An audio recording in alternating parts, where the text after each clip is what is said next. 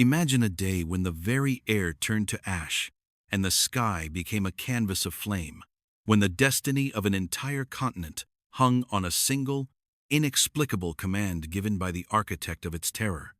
Picture over 338,000 men trapped on a 10-mile stretch of beach, facing annihilation, caught between the crushing advance of the most mechanized army in history and the unforgiving cold expanse of the sea. Their only hope, resting on the mobilization of a ragtag fleet of civilian yachts and fishing dinghies. This was Dunkirk in the spring of 1940, a moment of profound military catastrophe that transformed overnight into the miracle of deliverance. A survival story so dramatic, it forged the unwavering spirit of an entire nation and ensured that the Allied cause, already shattered, did not instantly collapse. This is the stage for Operation Dynamo, an evacuation that redefined what it means to snatch victory from the jaws of absolute defeat, an event where the survival of Western democracy was decided not by tanks, but by the shallow draft of a fisherman's boat. The historical context of this impending disaster is a testament to the stunning, devastating effectiveness of the German Blitzkrieg doctrine.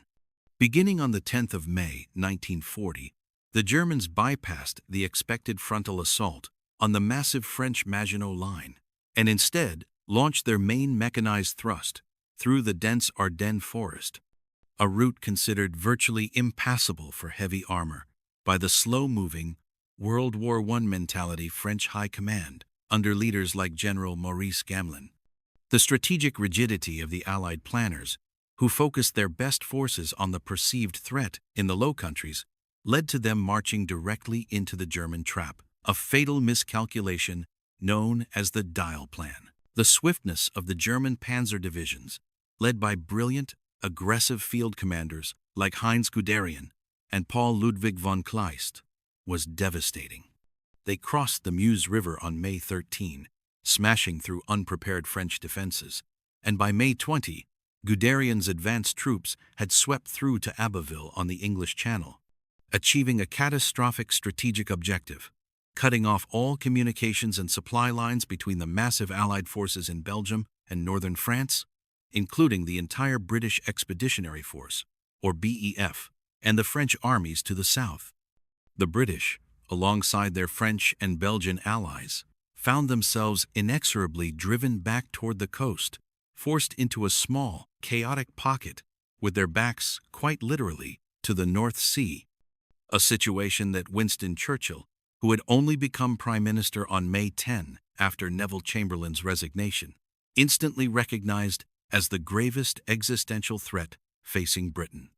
The only remaining escape ports, Boulogne and Calais, fell quickly after fierce fighting, leaving only Dunkirk. The disintegration of the Allied command structure greatly exacerbated the crisis, providing the Germans with a decisive, though often unseen, advantage. French Commander-in-Chief General Maurice Gamelin, a rigid practitioner of outdated doctrine, was slow to grasp the speed and nature of the mechanized threat.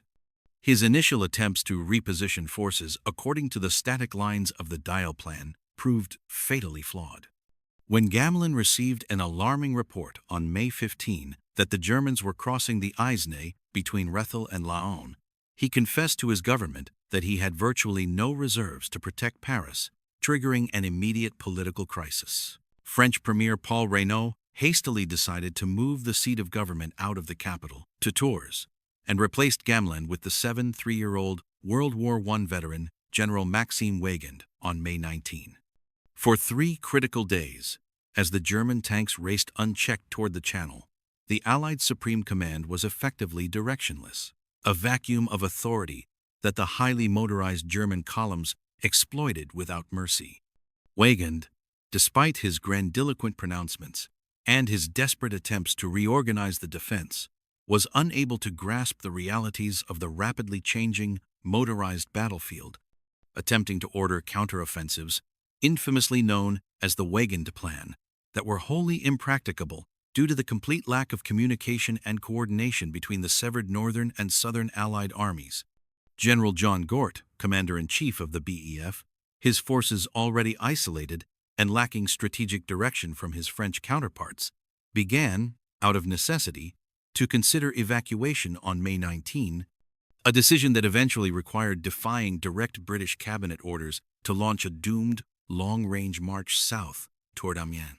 His decision to conduct the limited two-division armored counterattack at Arras on May 21, though strategically minor and quickly contained, served the crucial, if unintended, purpose of instilling just enough doubt in the German High Command, causing Kleist and Günther von Kluge to overestimate the BEF's remaining armored strength, which directly influenced the monumental, war-altering order that followed. The true turning point, the factor that elevated this retreat to a miracle, occurred on May 24, as Guderian's tanks, the spearhead of the German advance, stood on the banks of the last canal defense line, the Dunkirk Canal, just 10 miles from the harbor. Poised to annihilate the trapped armies, Adolf Hitler issued the inexplicable halt order. The armored forces were stopped dead in their tracks and even ordered to pull back to the canal line. This decision was influenced by several dramatic, conflicting factors. Concerns from generals like Kleist and Gerd von Rundstedt that the tanks, the most vital component of the Blitzkrieg, needed conservation for the main offensive against the rest of France along the Somme-Aisne line. Anxiety about the British tank counterattack at Arras, which was heavily overestimated, and most decisively,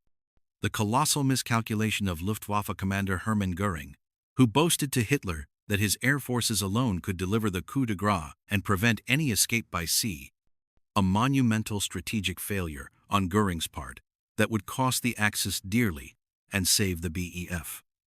Hitler himself harbored outdated memories of the marshy Flanders terrain from the First World War and was overly fearful of his tanks becoming bogged down in the wet ground, a condition that was actually less severe than he imagined at the time.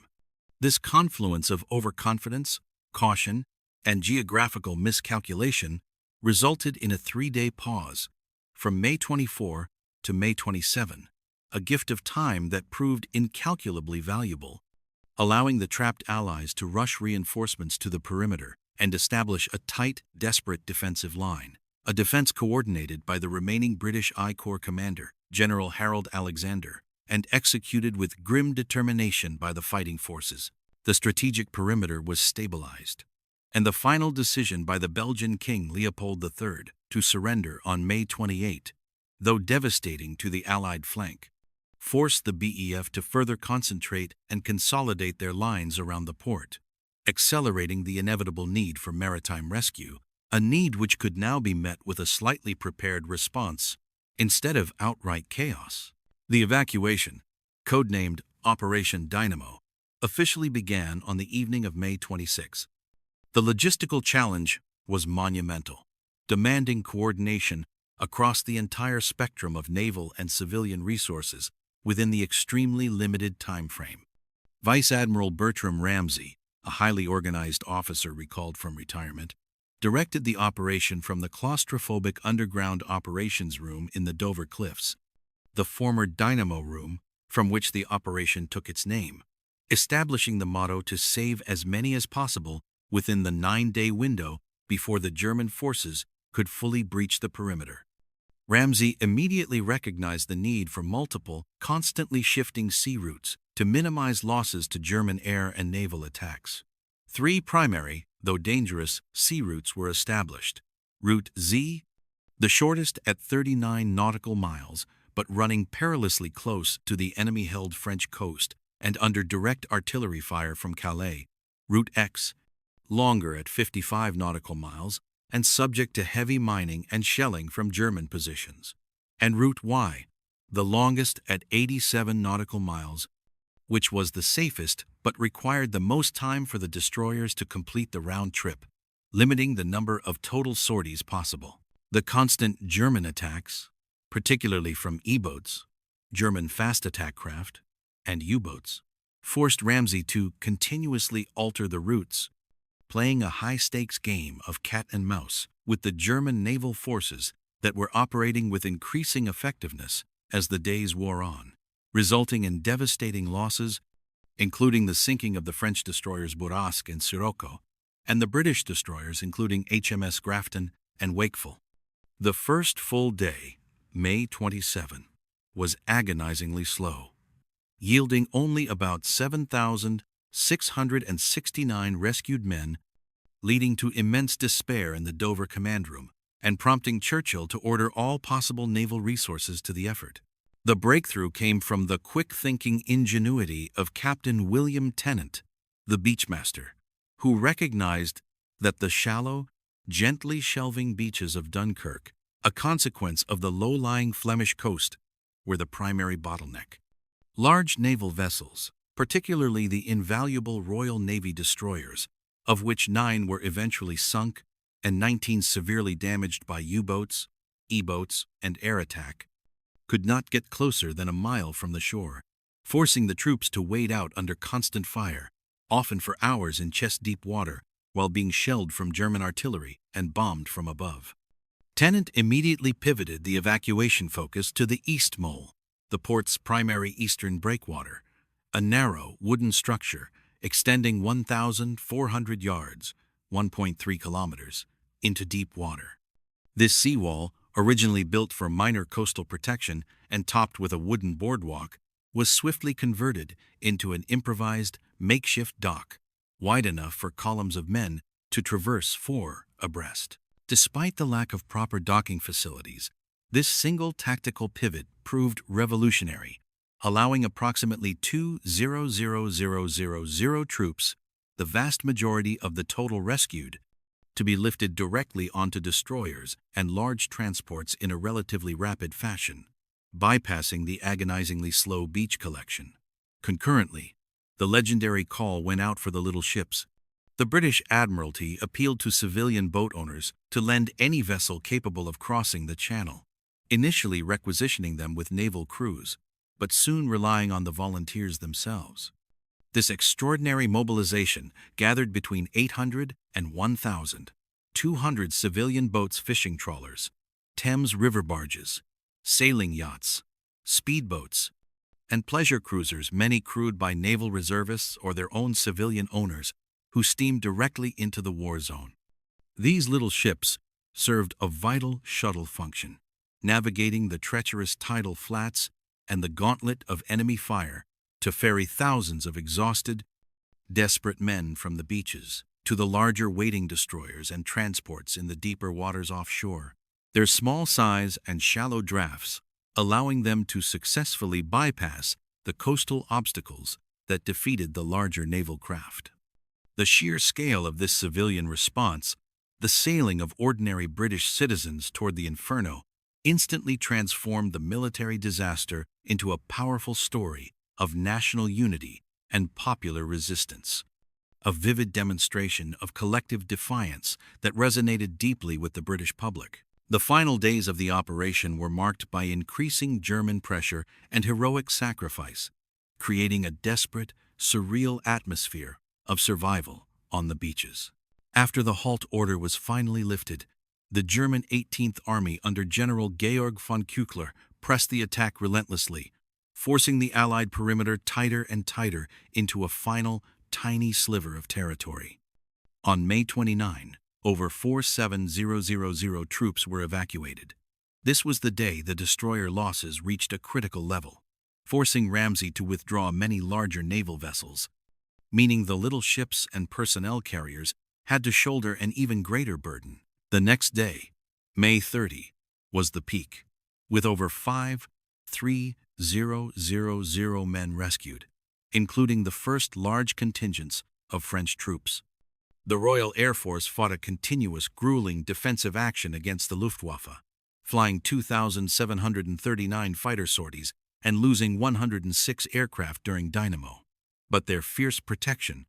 though often unseen by the troops below who felt exposed to the Stukas, was absolutely essential, preventing the Luftwaffe from achieving the sustained, surgical bombing needed to halt the entire operation, giving up their lives in the air battle over the Channel that Churchill later called the first phase of the Battle of Britain. The brutal cost of fighting the rearguard action was highlighted by the atrocity at Le Paradis on May 27, where 97 soldiers of the Royal Norfolk Regiment were massacred after surrendering to the SS Totenkopf Division, a horrific preview of the war crimes that were to come, and a dramatic illustration of the fate that awaited the entire BEF had the halt order not been issued. The commitment to the French allies was also a point of high drama, as Churchill ordered the French forces to be given equal priority to the British in the later stages of the evacuation. The final British troops were lifted on June 3, and the French rearguard, which had displayed immense discipline and courage in covering the entire operation, continued to fight until the morning of June 4, when all resistance finally ended at 9:30 a.m., and the German forces under General Kuttler formally occupied the ruined town and beaches. The staggering final tally of 338,226 rescued men, a number almost 10 times the initial expectation of 200,000 to 300,000, was a profound psychological triumph, securing a vital political lifeline for the newly formed wartime coalition government under Winston Churchill. He recognized the military reality instantly. The BEF was saved, but the nation was left utterly naked to invasion, facing the prospect of a German landing with almost no heavy defenses.